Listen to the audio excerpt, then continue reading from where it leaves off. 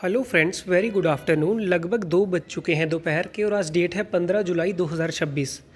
Junior assistant की 3 shift का update देने के बाद जो 4th शिफ्ट है सक्सेसफुली कंडक्ट हो चुकी है, उसका पैराग्राफ कैसा रहा उसके ऊपर बात करेंगे, वो आपके साथ डिस्कस करेंगे। ठीक है।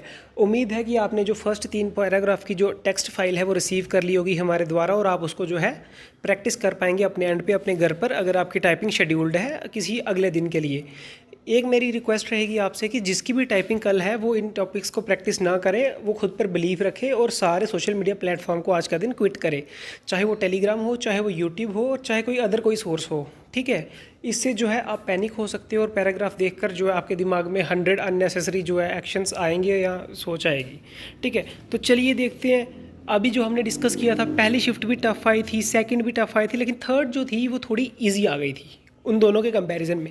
फोर्थ शिफ्ट कैसी रही, कौन सा पैराग्राफ है, आइए उस पर बात करते हैं। वन बाय वन देखते हैं पैराग्राफ कैसा था। ठीक है। अब ये देखो, ये जिस भी कैंडिडेट की शीट हमारे पास पहुंची है वो कैंडिडेट पास्ड है। ठीक है।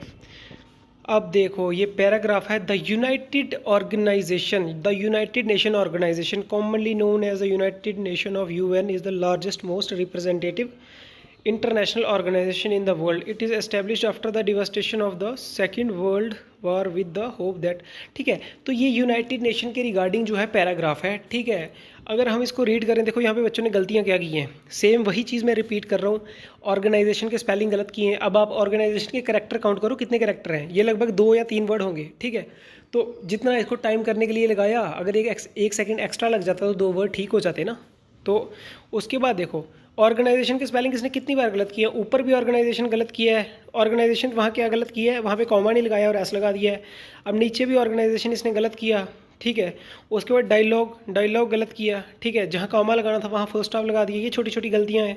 ठीक है। फिर इसने चैलेंजेस के स्पेलिंग गलत किए हैं, कॉरपोरेट के गलत किए हैं। ठीक है। प्रिंसिपल के गलत किए हैं, ऑल दो के गलत किए हैं। ठीक है। तो मतलब आपने ये चीज़ें ध्यान रखनी है, जो वर्ड बड़े लंबे हैं ना उनको आपने गलत नहीं करना।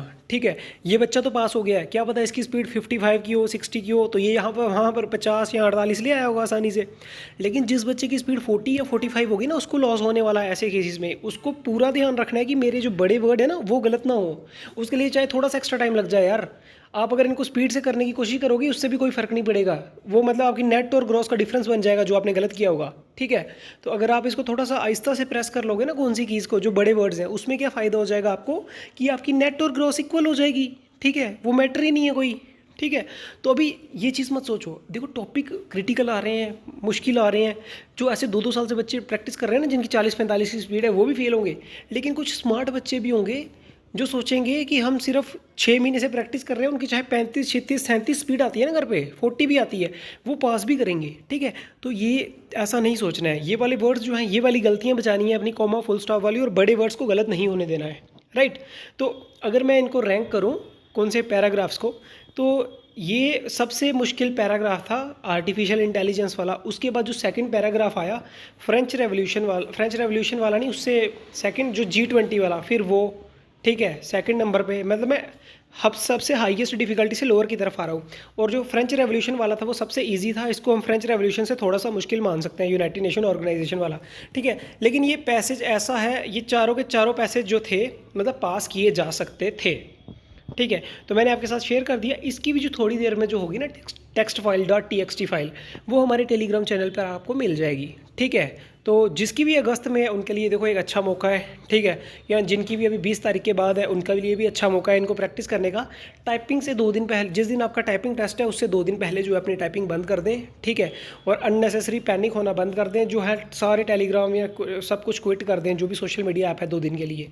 ठीक है। कीबोर्ड कौन सा है यार, इस पर क्वेश्चन आ रहे हैं, कीबोर्ड कौन सा हो, जो भी आपको दे दोगे कीबोर्ड से क्या होगा, ऐसा थोड़ी होगा अगर आपकी 50 की स्पीड है वहाँ पर आप फेल हो जाओगे तो 1-2 की कम हो जाएगी या 1-2 की बढ़ जाएगी, कीबोर्ड से वही होगा। अब एंटर की कौन सी है, किसी पे एंटर की लंबी वाली है, किसी पे दूसरी वाली है। ठीक है। तो ये चेंज है वहाँ पर। अब नेक्स्ट हम बात कर लेते हैं लास्ट में कि कौन सी कंपनी का कीबोर्ड है। कुछ एसर के हैं, कुछ HP के हैं। ठीक है।